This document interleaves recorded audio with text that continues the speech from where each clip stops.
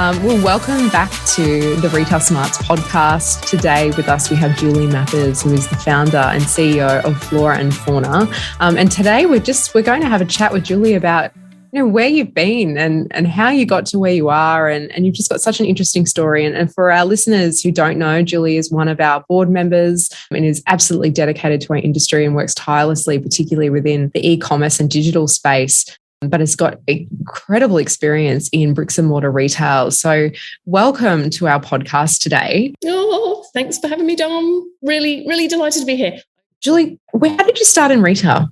Okay, so how did I start in retail? Well, it was actually, you know what? It was 30 years ago, if I go right back. And it was when my dad said to me at the age of 15, you need to get a job. And so, you need to get a part-time job. And he found me a job in the local bakery. And so off I went for an interview, and that was the start of it. And it's after the job I currently do, it is my second most favorite job. And I worked for 2 years there whilst I was at school studying, and then before I went to uni. And it was amazing because it's one of those times, it was before any form of smartphone or so I can remember when I first went in, they said, right, you need to learn the prices of everything in the shop. So, and I can even remember them now, like 52p for a white tin. Yeah, I can remember them now. But, and I love maths, I love maths. So I loved it because people come in and they go, right, we want to have 6 vanilla pastries and blah, blah, blah, blah, blah. And it was just fun because they also, it's where I really learned, I think, about the customer. So for me, retail is crazy passionate about the customer and about experiences and about bricks and mortar. And that was my first experience. I just loved it. I then went to uni to study engineering. I knew I didn't want to be an engineer. And then after uni, after a very small failed period in accounting for Deloitte, when I went, I don't want to be an accountant. I went back to retail. And then I ended up working for John Lewis department store in the UK on their grad scheme. So that's kind of how I got started. And from there on in, for the last, when did I start in John Lewis? 98, 99. For the last 22 years since then, I've just been retail, completely retail, whether that be in retailers or in consultancy working on retail or in private equity for a couple of years as well. And where do you think your passion for sustainability came from? Do you think it's that engineering component, or am I just clutching at straws here? Did you come across something at some point in time? Like some people talk about having an allergy or turn their mind to this kind of sustainable way of life or natural way of living. I mean, how did you come across kind of that world? I've always been a really curious person. When I was, 19. So when I was doing engineering, I had to go and do industry experience. And so everyone went off to Schlumberger or AstraZeneca. We used to go and do experience. And I actually took myself off to Spain for 2 months to go and build solar cookers. Really? Yeah. So I do really random weird things. So I took myself off there and I was basically living in an alternative technology site. So it was super cool because this was 95, I think. And the site was completely built on solar power. It had its own irrigation system. It was completely veggie because what you grew, you ate. An amazing place to be. And I think that's probably where I first started thinking about sustainability, although I probably didn't know I was thinking about it then. Mm-hmm. And then over the years, it's become more obvious in the last 12 years to me how important it is from a business perspective. I worked for a company called Bauger Group in the UK. They're a private equity company and had a lot of investments on the UK high street. And so I was an investment manager looking after part of the portfolio, but one of my jobs, which is kind of separate to that, was to look after as it was called then, CSR strategy for the portfolio.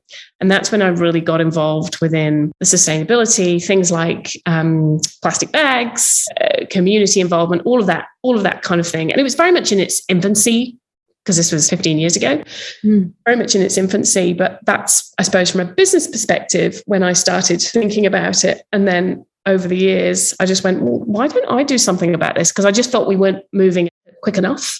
And I thought, well, the only way I'm going to move quicker is if I just do something. And was it just that doing, I think that was the driver, or, did you have that, moment where something happens and you're, so distressed by something that you saw or something that you experienced that you were like, okay, this is the moment. This is the moment where I actually have to commit and make a change? So there was the moment when I went, I'm going to start Flora Fauna. And that was kind of a linked moment, I suppose. I was buying a lipstick and I didn't know what was in the lipstick. I knew, because the ingredients made no sense. And I didn't know, is this tested on animals? Or I just knew nothing about the origins of this lipstick. And I just thought, this is really, we make it really hard. And I think there's a lot of greenwashing in the beauty industry, or just a lot of lack of transparency in the beauty industry. So that was 2014. And that was the prompter for me to start Flora and Fauna. Mm-hmm. So that was the moment. And I can remember coming out of the store and saying to my husband, Tom, this is what we need to do. And then it just went from there. And then partway through the F&F journey, because we started and, we're doing like 2 orders a day, if we're lucky. It was like, and it was very exciting when we got those 2 orders. Like, it was ridiculously exciting. And it was even more exciting when they weren't from family or friends. And what we did at the start was we bought Aussie Post satchels, because if you bought them in packs of 100, you got a better price. So we bought those at the start. And this is how businesses start. We bought them at the start, and then we packed them up, and then we put a box into the satchel.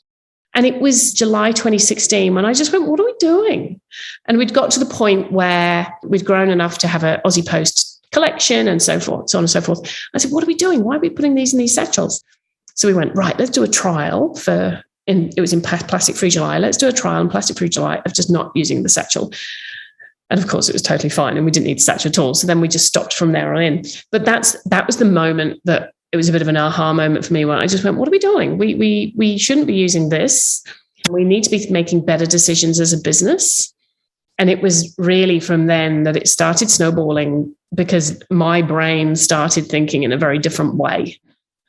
And with that different thought process, did you think, obviously there was already that initial thought around what's in this lipstick and this is what our brand's going to be about. But did that kind of change in your thinking elevate to how am I going to connect with my customer, and what are their views on this? And how did you determine what the values of your customers were, other than the fact that you knew they were shopping with you for a reason?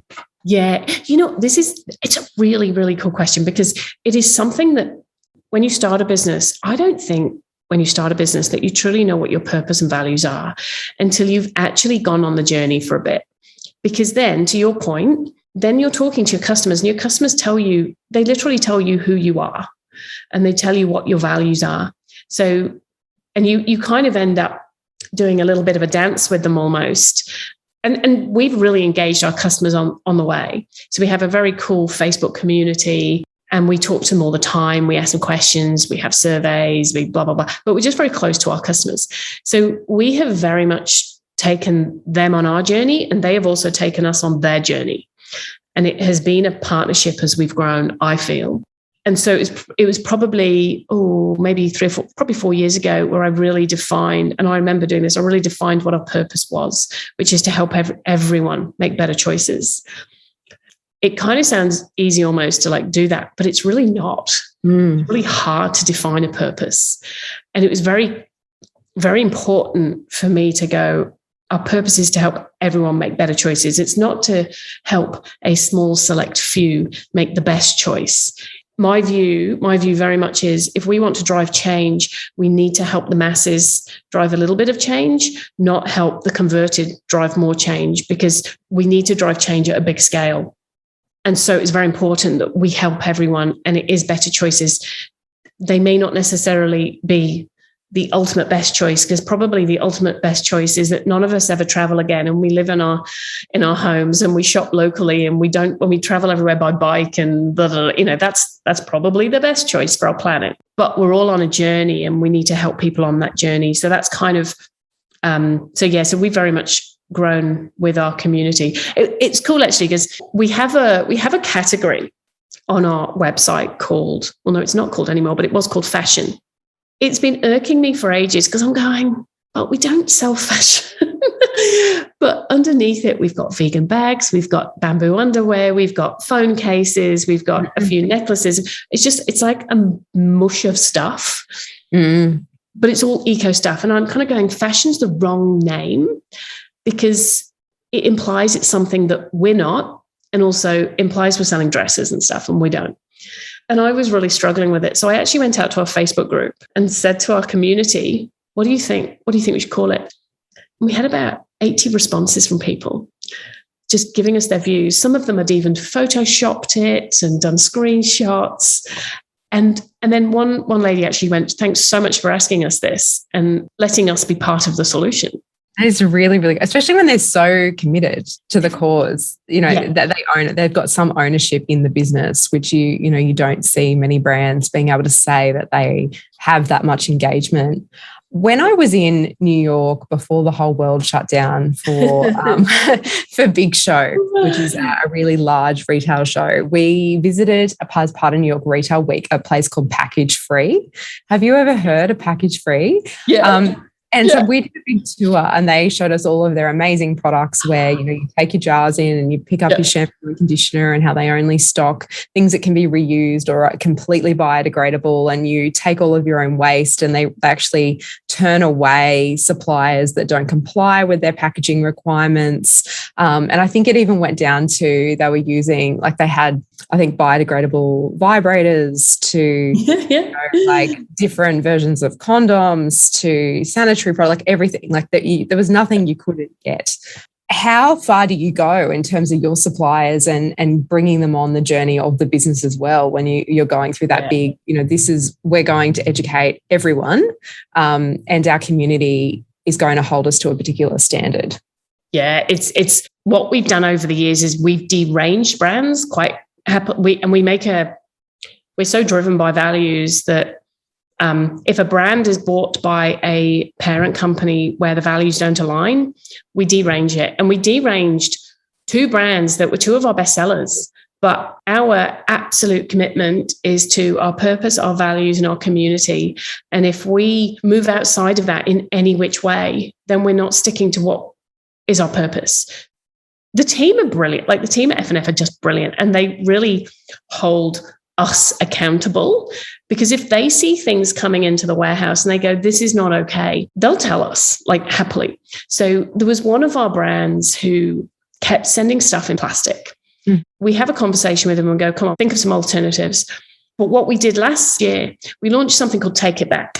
Basically, any suppliers that send us plastic, it gets shipped back to them, but it doesn't get shipped back to them. It gets shipped back to the CEO, so that they can actually see the impact of what they do. And we have no barriers here in terms of that. We don't go, oh, don't send it to them. It's no, anyone at all, send it back, because we have to drive change. And then if they're ultimate complete repeat offenders and we can't get anywhere, then we ultimately derange them. Because we've had a lot of brands for a long time, some of them are on a bit of a journey. But what we do with brands coming on board now is we have a supplier code of conduct and a supplier assessment. And a big part of that is all around values and our purpose, and talking about their packaging materials, to the point where some of the brands will contact us and go, we use this tape. Is this okay? Order to us.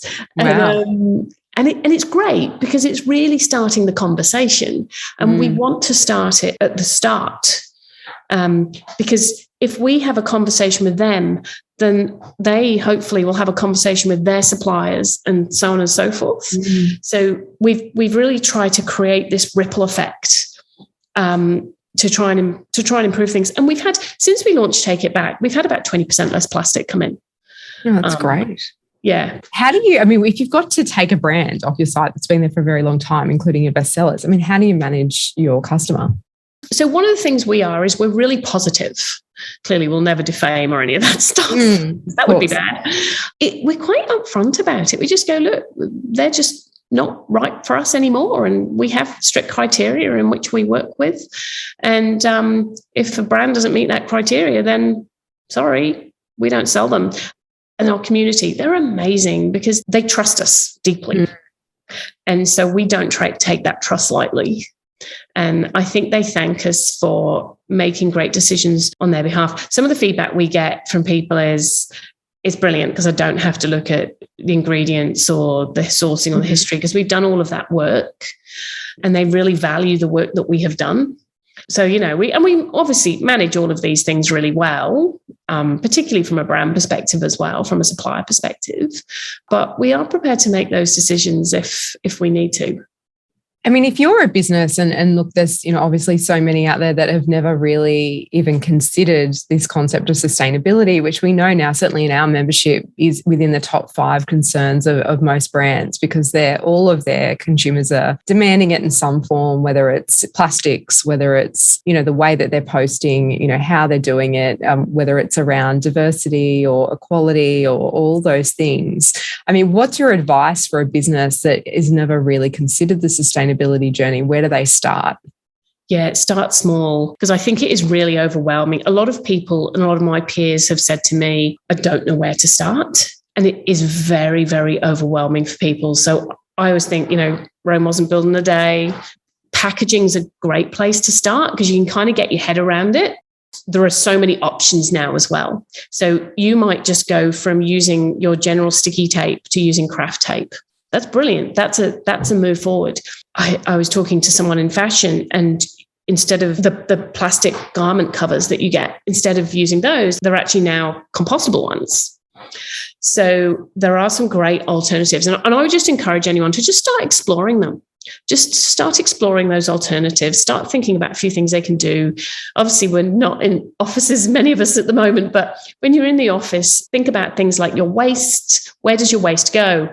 We I suppose pay more than your average person for our waste F&F to be recycled properly. So, and we had to research about, I think one of our team contacted about 20 different waste providers to find the one who would actually do the best job for us. So there's a bit of work involved, but start with some of the easy things that you can see every day. And that might be things that your customers don't necessarily see, but it just gets you on your journey. I'd also say ask your team. There's invariably one of the best things to do is to have a bit of a workshop with some of the team, people who are interested, and get people's thoughts. There's going to be heaps of people who in any team who are interested in sustainability to some degree. The best thing you can do is ask your team and engage them. And then that's obviously the small end. But I mean, what's the big scary goal in terms of sustainability for Flora and Fauna? I mean, what would you love to do, and what are you working towards? So for us, I would like us. So at the moment, we're completely carbon offset. So completely carbon offset. I would like us to be completely plastic free when it comes to. So what I want to see is that we do not put any plastic into waste, basically. So we've set ourselves that goal. So we are completely plastic free business, because invariably there still is plastic that comes in. It can be small things. And you just go, God, I didn't even think that was that. So we spend quite a lot of time looking at our rubbish, going, where does that come from? But it's a big journey to get that done and to get others to go on that journey with you. That's the big one for me. And then also us giving back more than we take. I've always said, from a personal standpoint, I want to leave this planet having given more than I've, being a contributor rather than a whatever the other one is. Exactly.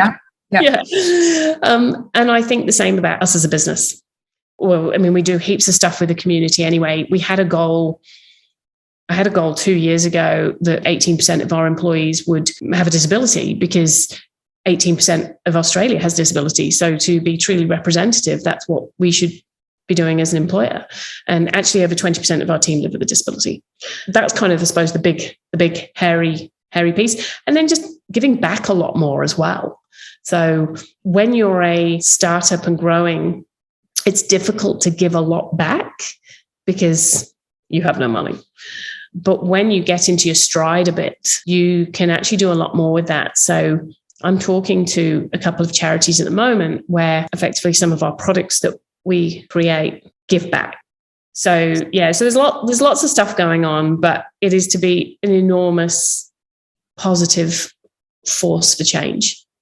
And I think that, certainly the trends are showing that consumer activism element means that this is what is expected. And in fact, if you look at, all the trust surveying that happens across the world, evidence shows that the majority of people believe that it is actually up to private corporates to make these changes and to do these things because they have such a distrust in things like the media or the government or in any of those things. So it comes down to what a corporate's going to do. And we know also that, I guess, where they get it wrong. So where somebody makes a mistake in this space, consumers now punish you for a period of 6 months, and they'll only return if you apologize and you own the mistake as well. So, and it runs deep, it's not just packaging now. It's about, representation, as you say. It's about making sure you've got a diverse employment space. But just on your goal around obviously disability and the fact that you are now sitting at 20%, we know that there is certainly a significant lack of representation, particularly of disability on places like boards or throughout retail.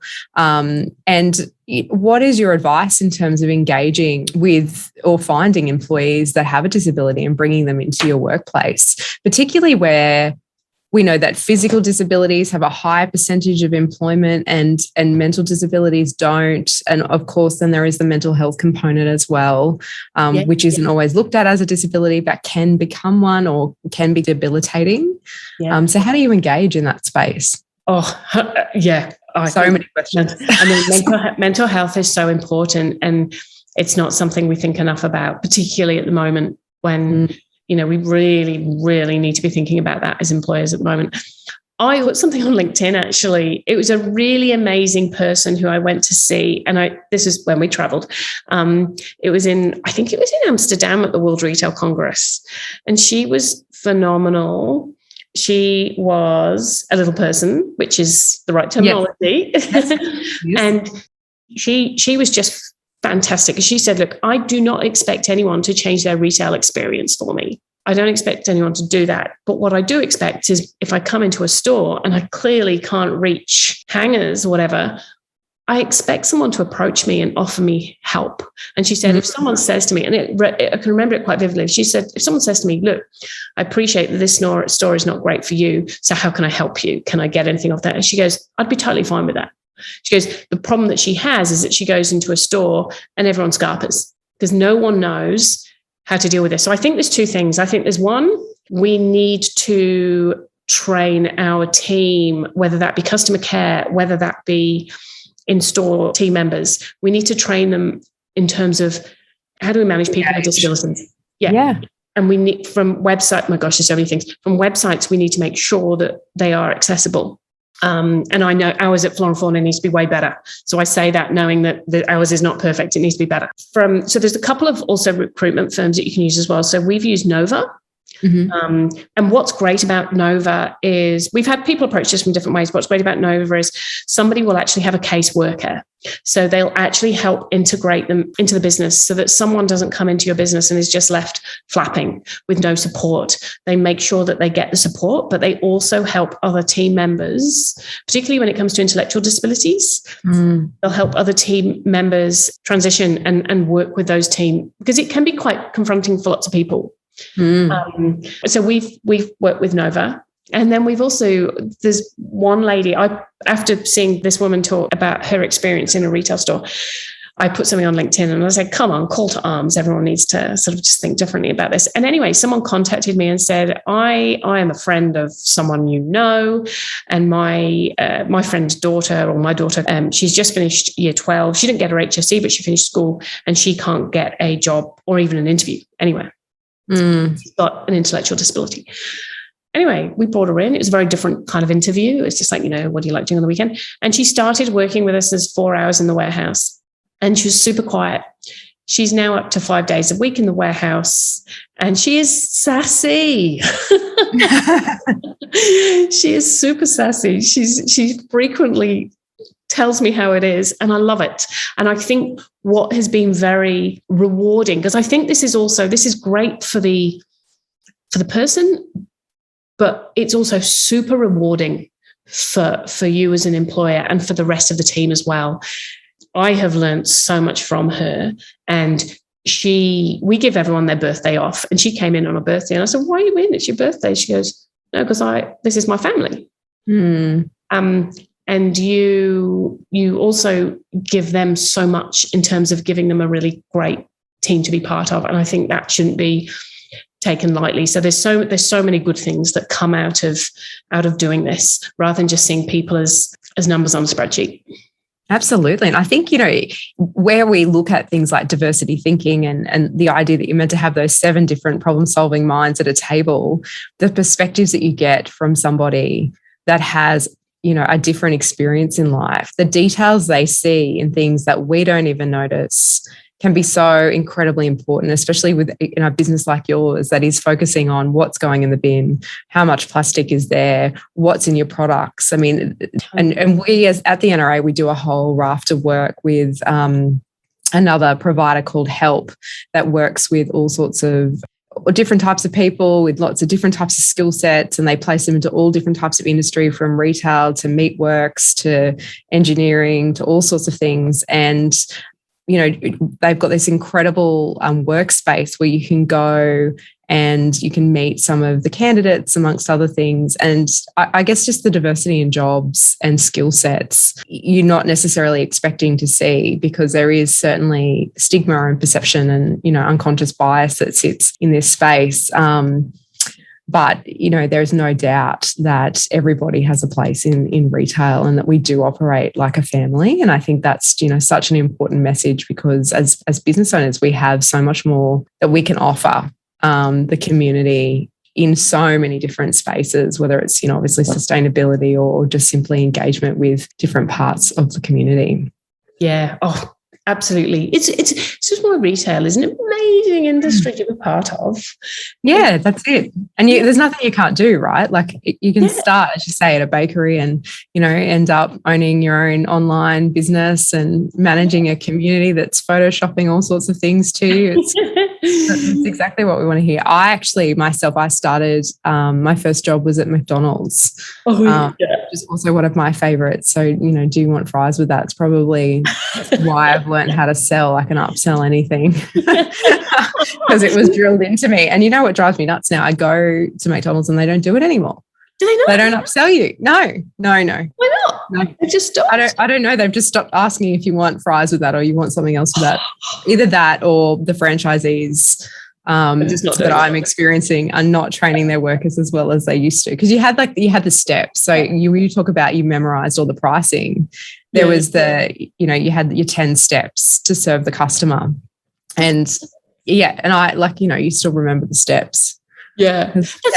But Macca's has some of the best training possible, right? Yeah, incredible training, definitely. Yeah. Definitely. And also they do really well at succession planning, which as retailers we aren't particularly good at. And it's something I spent a lot of time talking about, because we've got a massive skills shortage at the moment.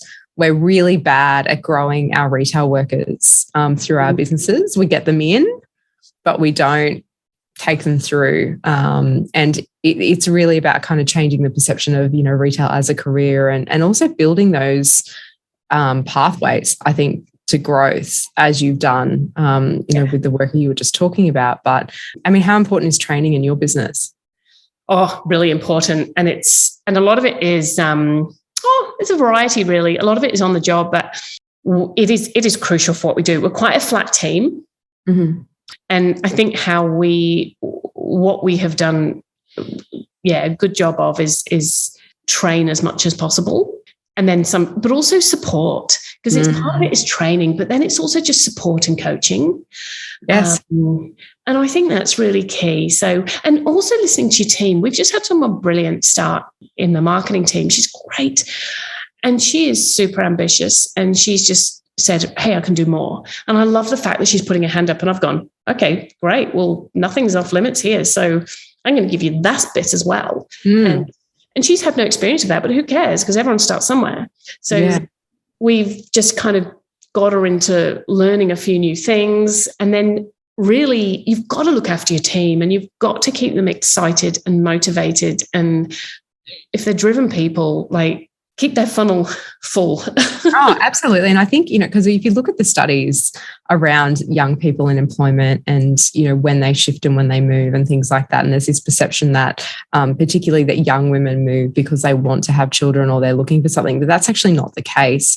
The studies show that the reason young women in particular move is because they're not provided with sufficient mentoring or guidance in that transition to taking the next step. So then they leave.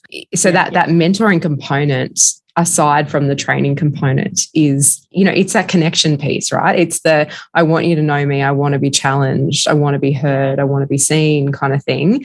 That, our millennials get a really hard rap for because they kind of want everything now. But as you say, who cares if you don't have the experience? Let's give you the challenge and see what happens. Exactly.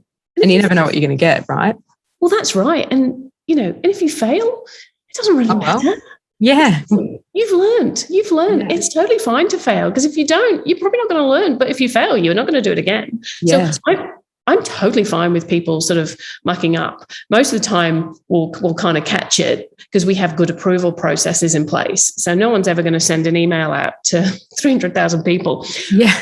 Without, to be quite frank, me seeing it, because I look at every bit of comms that goes out. But if the process to get that email, you sort of make errors along the way, brilliant. I'm very passionate about mentoring, and it has been a really hard journey for women in general to get to. I get very passionate about it. In fact, just as a real side note, so I'm doing a speaking thing, and I spoke earlier to someone, and he said to me, he goes, "Oh, great. So," he goes, "You've got a child?" And I said, yeah, I've got 2 little boys. And he goes, "Great. Well, I will describe you as a mother with 2 boys then." So, I know. So I just went, I said, "No." And I was in a bit of a fired up mood anyway. And I just went, "Okay, so would you describe yourself as that? Or would you describe a man as that?" And he goes, "Yeah, no, really good point." And I said, "Good. So don't describe me as that."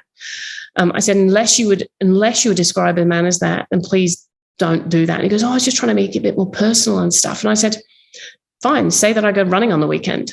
I don't care. But we've got to sort this out." And so I can get very fired up about that stuff.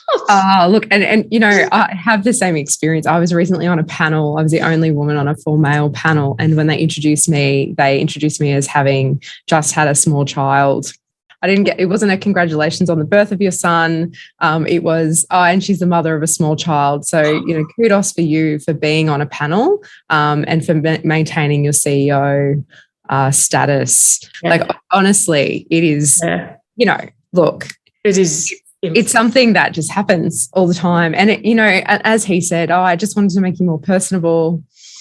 Being a mother does not necessarily make you, it's not who you are. I mean, exactly. Yeah, exactly. There's many facets of who Julie is, and it's not, It's not just that. Well, because he said to me, he goes, "Oh, I just want to show that, you can balance everything." I'm like, "Oh my God, that's even worse." Wow. Yeah. Let's tell women they have to do everything. Yeah. As well. Yeah. Yeah. But my husband, Tom's, on the flip side, he gets quite offended about it because we absolutely co-parent and shit. To be quite frank, I think he actually does way more than me because I avoid nappies at all costs. But he kind of gets offended by it as well, because he goes, "Well, I am a dad," but no one says you're a dad. No one's kind of going, "Hey, you're a dad." So it's kind of that sort of the two-way street there as well. We just need to get better at. We just need to get better. Yes, we do. And I think it is a conversation. I know, I mean, obviously we've got the Me Too movement, and there is certainly, a feeling by some of my male colleagues that say to me, it's becoming, it's almost like an affront. Like they feel like they can't say anything because they think everything that they say is wrong. And a lot of that has to do with the fact that there is now certainly a movement around just no tolerance to getting it wrong. Because there is a certain level of people have just had enough, and it doesn't matter how small it is, because we know that the small things lead to some of these bigger issues within the community. And it's just been a really long time coming. And it's funny when you look at, I don't know if you have this experience, but certainly in the United States, it is, the women there are far harder, particularly at executive level, than anything I've ever experienced here. And there is no, I guess, across the board, there is this certain understanding of what is politically correct and what is appropriate and what is not appropriate, and no lines are crossed. Obviously, because there is such a high level of, inequities, amongst other things, probably higher than here in our socioeconomics. But God, I think Australia, we've still got so far to go in this space, in that, just that social enterprise space. All these. Such a long way to go. We need to I shall calm. I know. I understand. Yeah.